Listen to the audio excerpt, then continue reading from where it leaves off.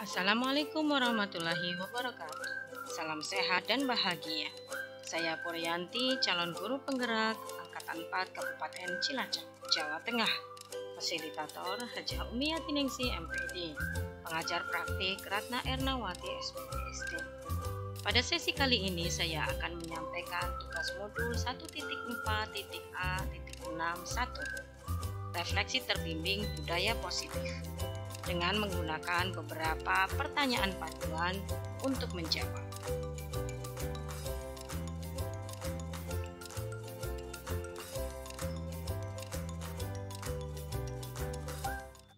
Pertanyaan pertama, sejauh mana pemahaman Anda tentang konsep-konsep inti yang telah Anda pelajari di modul ini, yaitu disiplin positif, posisi kontrol guru, kebutuhan dasar manusia, keyakinan kelas, dan segitiga restitusi. Adakah hal-hal yang menarik untuk Anda dan di luar dugaan?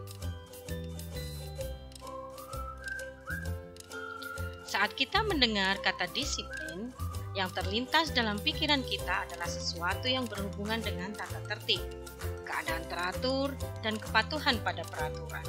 Kata disiplin juga sering kali dikaitkan dengan hukuman. Namun sebenarnya disiplin bukanlah hukuman, karena disiplin positif tidaklah harus dengan memberi hukuman. Hukuman justru akan menjadi alternatif terakhir dan bila perlu tidak digunakan sama sekali. Ki Hajar Dewantara menyatakan bahwa untuk mencapai kemerdekaan dalam konteks pendidikan saat ini, untuk menciptakan murid yang merdeka, syarat utama adalah disiplin yang kuat. Disiplin diri yang memiliki motivasi internal.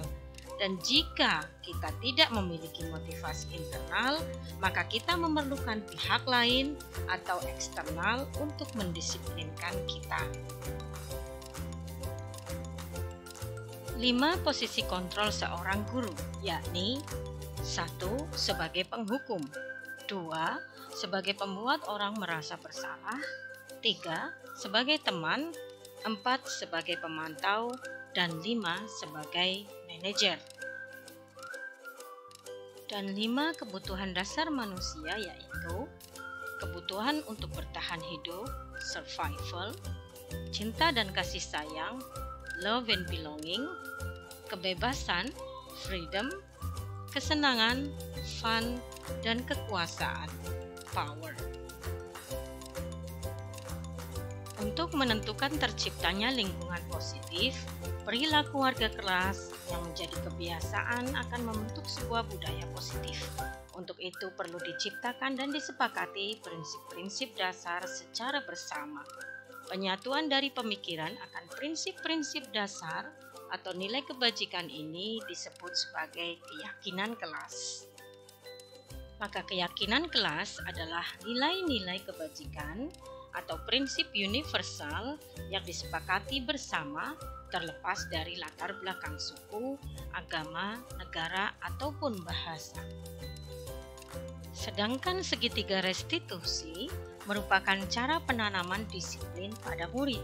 Restitusi adalah proses menciptakan kondisi bagi murid untuk memperbaiki kesalahan mereka sehingga mereka bisa kembali pada kelompok mereka dengan karakter yang lebih kuat. 3 langkah restitusi meliputi menstabilkan identitas, memvalidasi tindakan yang salah, dan menanyakan kembali keyakinan akan nilai-nilai penting yang dipercaya. Pertanyaan kedua dan 3, tuliskan pengalaman Anda dalam menggunakan konsep-konsep inti tersebut dalam menciptakan budaya positif baik di lingkungan kelas maupun di sekolah Anda. Dan sebelum mempelajari modul ini, pernahkah Anda menerapkan segitiga restitusi? Jika iya, ada di posisi manakah Anda? Pengalaman yang pernah saya alami adalah murid datang terlambat, murid acuh tak acuh di dalam pembelajaran, murid tidak menyelesaikan tugas, dan tidak mau bekerja sama dalam kelompoknya.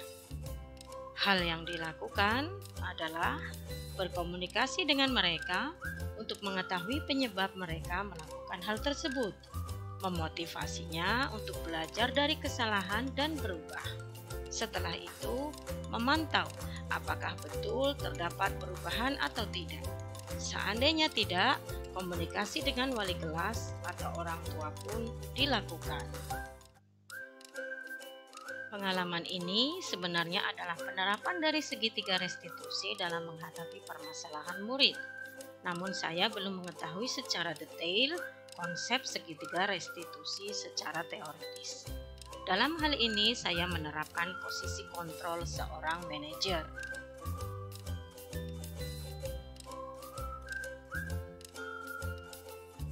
Pertanyaan keempat, perubahan apa yang terjadi pada cara berpikir Anda dalam menciptakan budaya positif di kelas maupun di sekolah Anda setelah mempelajari modul ini?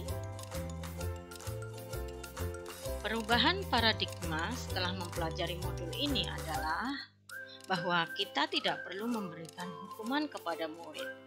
Membentuk keyakinan kelas di awal secara bersama-sama dengan para murid adalah hal penting. Penerapan disiplin positif adalah dengan memposisikan guru sebagai teman, pemantau, dan manajer agar murid bisa memenuhi kebutuhan dasarnya secara positif. Di masa mendatang, penerapan segitiga restitusi akan menjadi patokan dalam penyelesaian masalah. Pertanyaan 5 dan 6, seberapa pentingkah mempelajari topik modul ini bagi Anda sebagai seorang individu dan Anda sebagai seorang pemimpin pembelajaran? Apa yang akan Anda bisa lakukan untuk membuat dampak atau perbedaan di lingkungan Anda setelah mempelajari modul ini? Mempelajari disiplin positif dalam modul ini adalah sangat penting. Konsep dan teori disiplin positif betul-betul sangat bernilai untuk acuan dalam menyelesaikan masalah secara bijaksana dan berakhir dengan terciptanya disiplin positif itu sendiri di dalam komunitas maupun di ruang kelas atau sekolah kita. Dengan pemecahan masalah berdasarkan segitiga restitusi dan posisi kontrol, pembelajaran bisa lebih memerdekakan murid dan pembentukan karakter menjadi semakin kuat.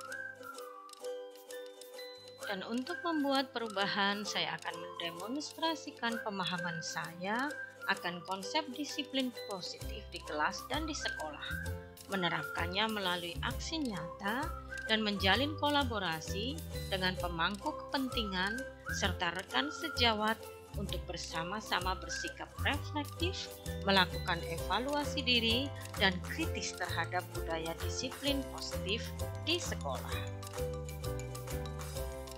Pertanyaan ke-7 dan 8.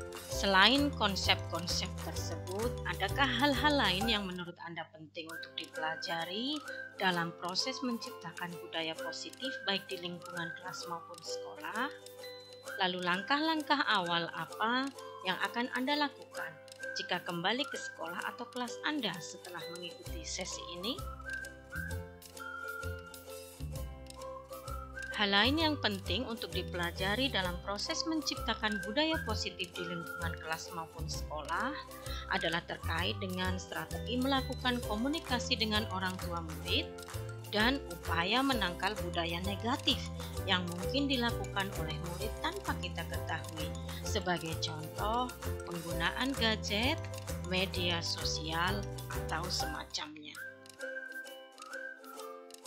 Dan langkah-langkah awal yang akan dilakukan adalah membuat rancangan aksi nyata penerapan budaya atau disiplin positif berdasarkan konsep disiplin positif yang telah dipelajari, melakukan dialog dengan rekan sejawat, guru BP, dan kepala sekolah, dan merumuskan keyakinan kelas bersama para murid serta berkomitmen melaksanakan keyakinan kelas tersebut secara konsisten. Demikianlah tugas modul 1.4.A61. Refleksi terbimbing budaya positif. Terima kasih. Wassalamualaikum warahmatullahi wabarakatuh. Salam sehat dan bahagia.